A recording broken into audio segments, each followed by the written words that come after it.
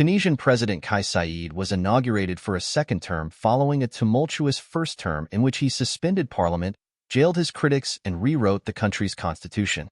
In his inaugural address Monday before parliament, Saied called for a cultural revolution designed to fight terrorism, reduce unemployment, and erase corruption. "The aim is to build a country where everyone can live in dignity," he said.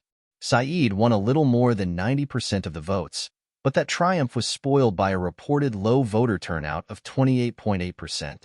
Out of 14 presidential hopefuls, only 3 ended up on the ballot. One was in prison, one was a close acquaintance of Saied, and the third was Saied. Saied rose to power in 2019 when he mounted a presidential campaign with very little money and a populist message of rooting out cronyism and returning power to the people, a notion that resonated with an electorate fed up with years of dysfunctional governance. However, in 2021, Saied suspended parliament, rewrote the North African country's constitution, increased presidential powers, and reduced legislative ones. A crackdown on the opposition followed. Under his presidency, authorities detained or imprisoned dozens of opposition politicians, activists, and journalists, dismissed judges and prosecutors, and weakened free expression and judicial independence. Even though the president also cracked down on corruption, analysts say new forms found root and flourished. Earlier this year, Tunisia renewed the crackdown on protesters who denounced what they said was their country's deteriorating economic and political state.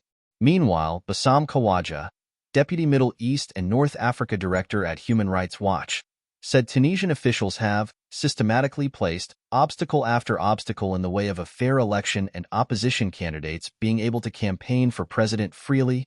Khawaja said that after mass arrests and targeting prospective contenders, Tunisian authorities changed the electoral law just days before the election, cutting off avenues for meaningful oversight and appeal.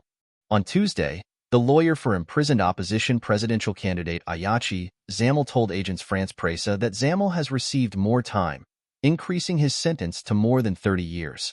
After Zamel's arrest, the European Union condemned what it called a continued limitation of democratic space in Tunisia. The EU's criticism also came after Tunisia's election board ignored a court decision that granted the appeals of 3 other presidential candidates to have their names in the race. Some information for this report was provided by the Associated Press and Agence France Presse.